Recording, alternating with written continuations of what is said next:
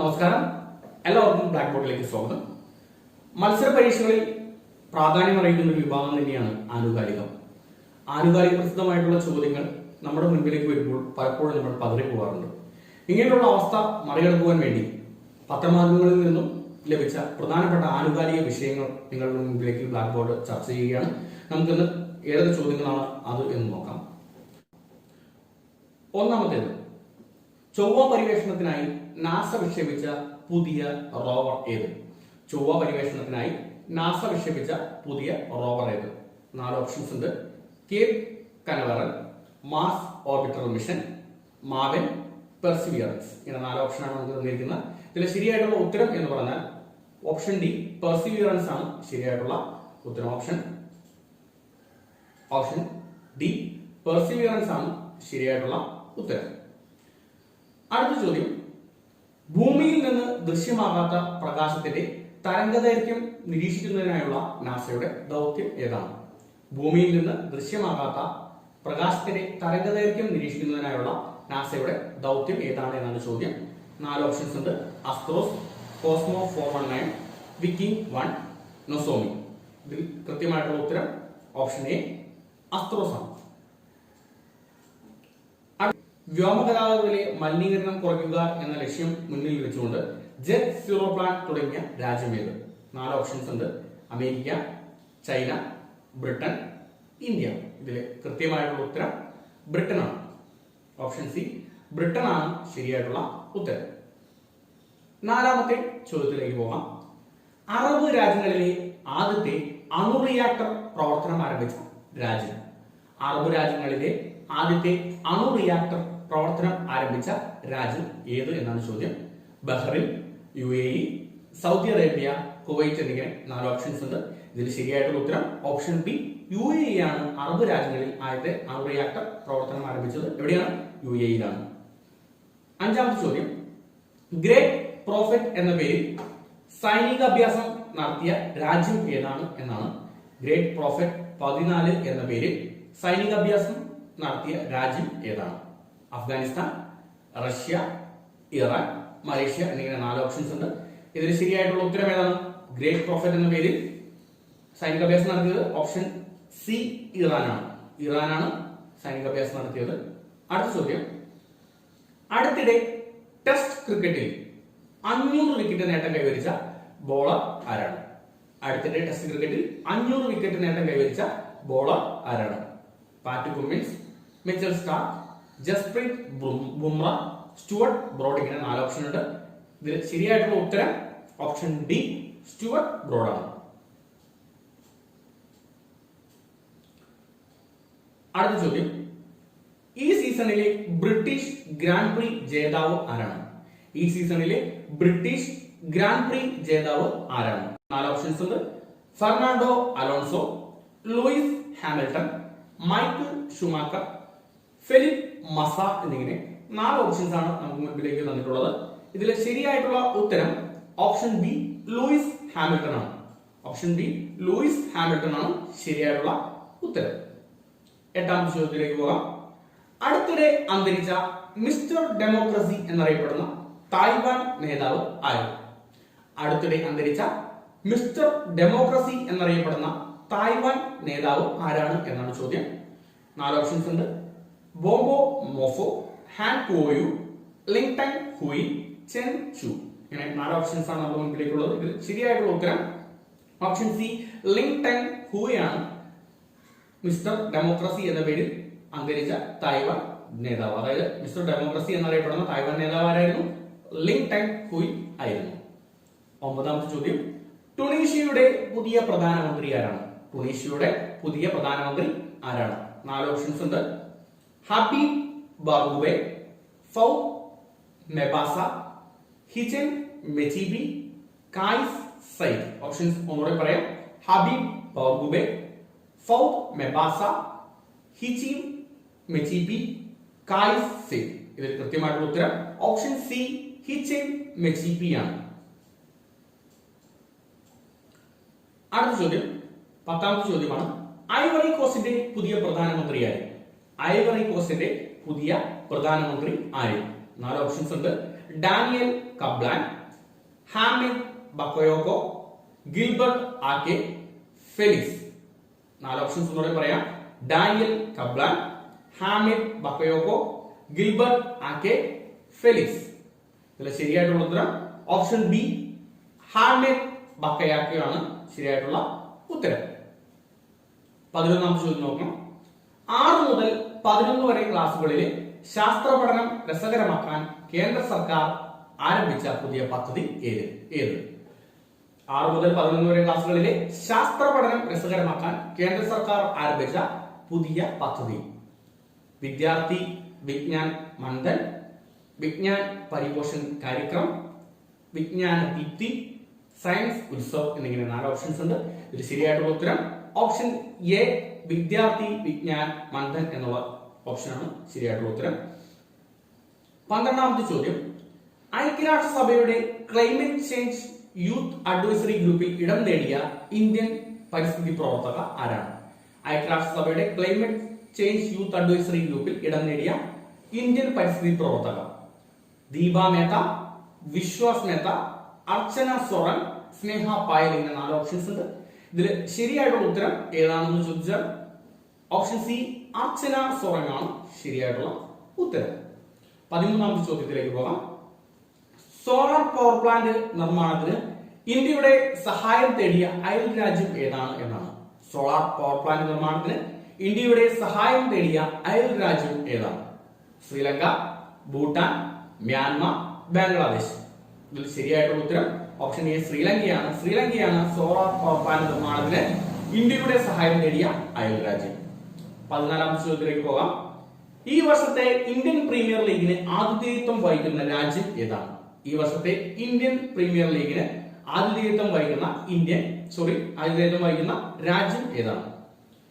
Japan, UAE, Australia, Myanmar. ഇതിൽ ശരിയായിട്ടുള്ള ഉത്തരം ഓപ്ഷൻ ബി UAE ആണ് ഈ വർഷത്തെ ഇന്ത്യൻ പ്രീമിയർ ലീഗിന് ആതിഥേയത്വം വഹിക്കുന്ന രാജ്യം.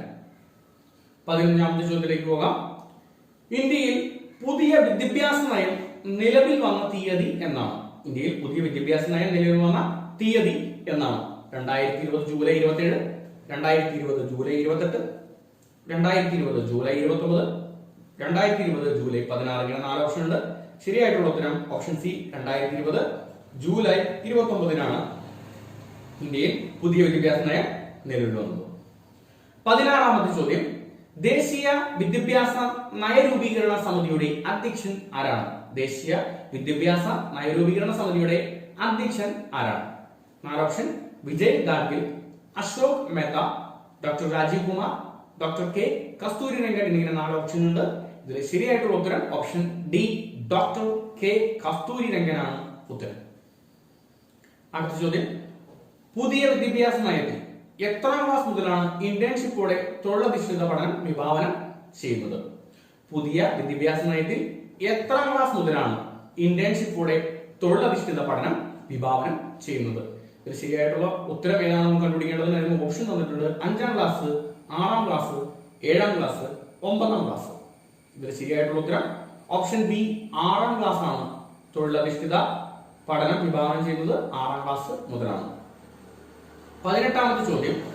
കേന്ദ്ര മാനവ വിഭവശേഷി മന്ത്രാലയത്തിന് പുതിയ പേര്? കേന്ദ്ര മാനവ വിഭവശേഷി മന്ത്രാലയത്തിന് പുതിയ പേര് എന്താണെന്നാണ് ചോദ്യം. വിദ്യാഭ്യാസ മന്ത്രാലയം, വിദ്യാ തന്ത്രാലയം, വിദ്യാഭവൻ, വിദ്യാ കേന്ദ്ര എന്നിങ്ങനെ 4 ഓപ്ഷൻസ് ഉണ്ട്. ഇതിൽ ശരിയായിട്ടുള്ള ഉത്തരം ഓപ്ഷൻ എ വിദ്യാഭ്യാസ മന്ത്രാലയമാണ്. 19ാമത്തെ ചോദ്യം നോക്കാം.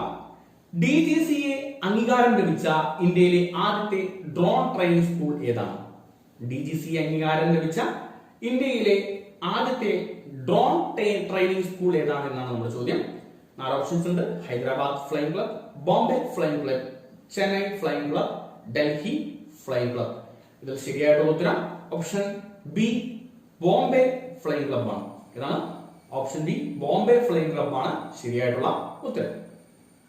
20ാമത്തെ ചോദ്യം. ഈ വർഷത്തെ മൈൽസ് ഫ്രാങ്ക്ലിൻ പുരസ്കാരം നേടിയ ദ ഗീൽഡ് എന്ന കൃതി രചിച്ചത് ആര്?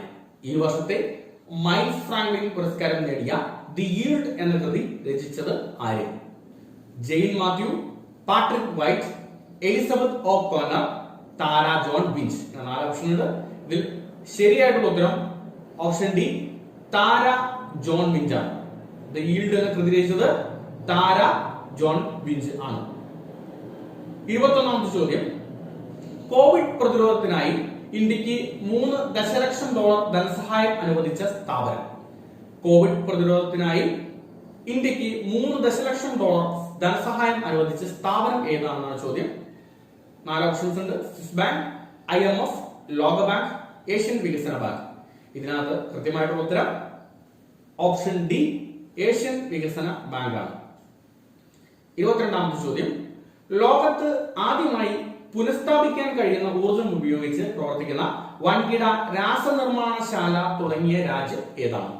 ലോകത്ത് ആദ്യമായി പുനഃസ്ഥാപിക്കാൻ കഴിയുന്ന ഊർജം ഉപയോഗിച്ച് പ്രവർത്തിക്കുന്ന വൻകിട രാസനിർമ്മാണശാല തുടങ്ങിയ രാജ്യം ഏതാണ്? 4 ഓപ്ഷൻസ് ഉണ്ട്. Scotland, Romania, China, Spain. ഇതിൽ കൃത്യമായിട്ടുള്ള ഉത്തരം ഏതാണ്? ഓപ്ഷൻ ഡി സ്പെയിൻ ആണ് കൃത്യമായിട്ടുള്ള ഉത്തരം. 23ാമത്തെ ചോദ്യം, സിംഗപ്പൂർ പാർലമെന്റിലെ ആദ്യ പ്രതിപക്ഷ നേതാവായി നിയമിതനായ ഇന്ത്യൻ വംശജൻ ആര്?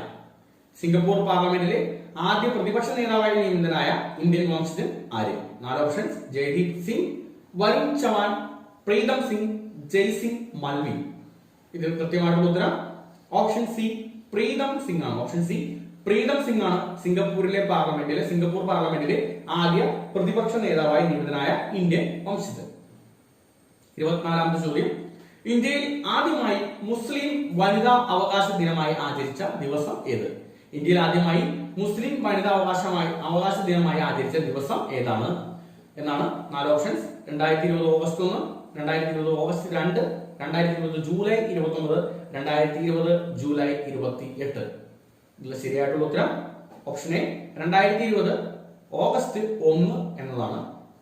25ാമത്തെ ചോദ്യത്തിലേക്ക് പോകാം. ഇന്ത്യയുടെ സഹായത്തോടെ പുതിയ സുപ്രീം കോടതി ബിൽഡിംഗ് നിലവിൽ വന്ന രാജ്യം. ഇന്ത്യയുടെ സഹകരണത്തോടെ പുതിയ സുപ്രീം കോടതി ബിൽഡിംഗ് നിലവിൽ വന്ന രാജ്യം ഏതാണ് എന്നാണ് ചോദ്യം. Bangladesh, Bhutan, Myanmar, Mauritius. ഇങ്ങനെ 4 ഓപ്ഷൻ ഉണ്ട്. ശരിയായിട്ടുള്ള ഉത്തരം ഓപ്ഷൻ ഡി മൗറീഷ്യസ് ആണ്. 26ാമത്തെ ചോദ്യം, ഡിജിറ്റൽ മേഖലയിലെ വികസനം ലക്ഷ്യമാക്കി കേരള പോലീസ് ആരംഭിച്ച ഓൺലൈൻ ഹാക്കത്തോൺ ഏത് പേരിൽ അറിയപ്പെടുന്നു? ഡിജിറ്റൽ മേഖലയിലെ വികസനം ലക്ഷ്യമാക്കി കേരള പോലീസ് ആരംഭിച്ച ഓൺലൈൻ ഹാക്കത്തോൺ ഏത് പേരിലാണ് അറിയപ്പെടുന്നത്? Browse KP, hack KP, online KP, green Kerala എന്നിങ്ങനെ 4 ഓപ്ഷൻസ് നമുക്ക് തന്നിട്ടുണ്ട്. ഇതിൽ ശരിയായിട്ടുള്ള ഉത്തരം ഓപ്ഷൻ ബി ഹാക്ക് KP എന്നതാണ്. നമുക്ക് 27ാം ചോദ്യത്തിലേക്ക് നോക്കാം. അടുത്തിടെ ഇന്ത്യ $1 ദശലക്ഷം വില വരുന്ന TB മരുന്ന് കൈമാറിയ രാജ്യം. അടുത്തിടെ ഇന്ത്യ $1 ദശലക്ഷം വില വരുന്ന TB മരുന്ന് കൈമാറിയ രാജ്യം ഏതെന്നാണ് ചോദ്യം. ഉത്തര കൊറിയ, അമേരിക്ക, ബ്രിട്ടൻ, ചെക്കോസ്ലോവാക്യ. ശരിയായിട്ടുള്ള ഉത്തരം ഓപ്ഷൻ എ ഉത്തര കൊറിയയ്ക്കാണ് ഇന്ത്യ $1 ദശലക്ഷം വില വരുന്ന TB മരുന്ന് കൈമാറിയത്.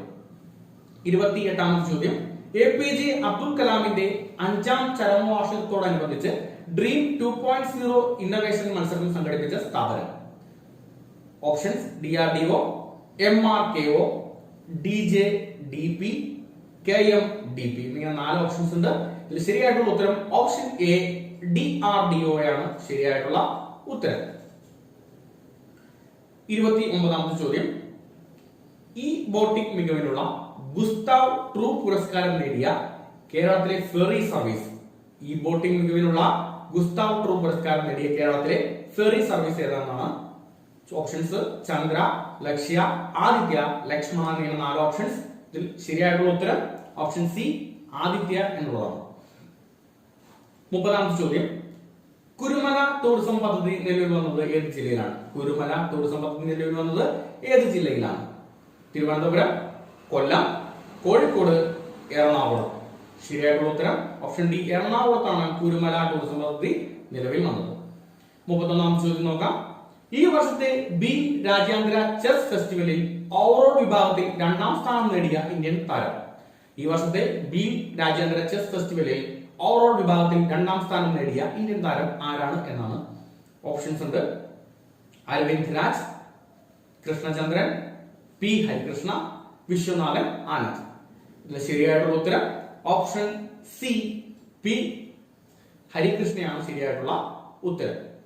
ഇന്ന് നമ്മൾ 31ഓളം ആനുകാലിക പ്രസിദ്ധമായിട്ടുള്ള ചോദ്യങ്ങൾ പഠിച്ചു. ഇത്തരത്തിലുള്ള ചോദ്യങ്ങളൊക്കെ മത്സര പരീക്ഷകളൊക്കെ കണ്ടുവരുന്നതാണ്. ഏകദേശം ഒരു 3 മാർക്ക് വരെ നമുക്ക് സ്കോർ ചെയ്യാൻ സാധിക്കും. അപ്പൊ ഇതൊക്കെ പഠിച്ചു വെക്കേണ്ടത് അനിവാര്യമായിട്ടുള്ള കാര്യമാണ്. പിന്നെ അത് മാത്രമല്ല, നമുക്ക് ഈ വരുന്ന കറണ്ട് അഫയേഴ്സ് നമ്മൾ ഒരാഴ്ചത്തെ ഒരുമിച്ചാണ് നിങ്ങൾക്ക് തരുന്നതെങ്കിലും നമ്മൾ ഡെയിലി ഇത് നമ്മുടെ ടെലിഗ്രാം ചാനലിൽ അപ്ഡേറ്റ് ചെയ്യുന്നതാണ്. അപ്പൊ നിങ്ങൾക്ക് അത് കൃത്യമായിട്ട് ദിവസം ദിവസം കണ്ടു പഠിക്കണമെങ്കിൽ നമ്മുടെ ടെലിഗ്രാം ചാനലിൽ ജോയിൻ ചെയ്യുക. അതിന്റെ ലിങ്ക് നമ്മൾ ഡിസ്ക്രിപ്ഷൻ ബോക്സിൽ കൊടുത്തിട്ടുണ്ട്. അപ്പോൾ അടുത്ത ദിവസം പുതിയ വിഭാഗവുമായിട്ട് കാണാം. അതുവരേക്കും എല്ലാവർക്കും നന്ദി.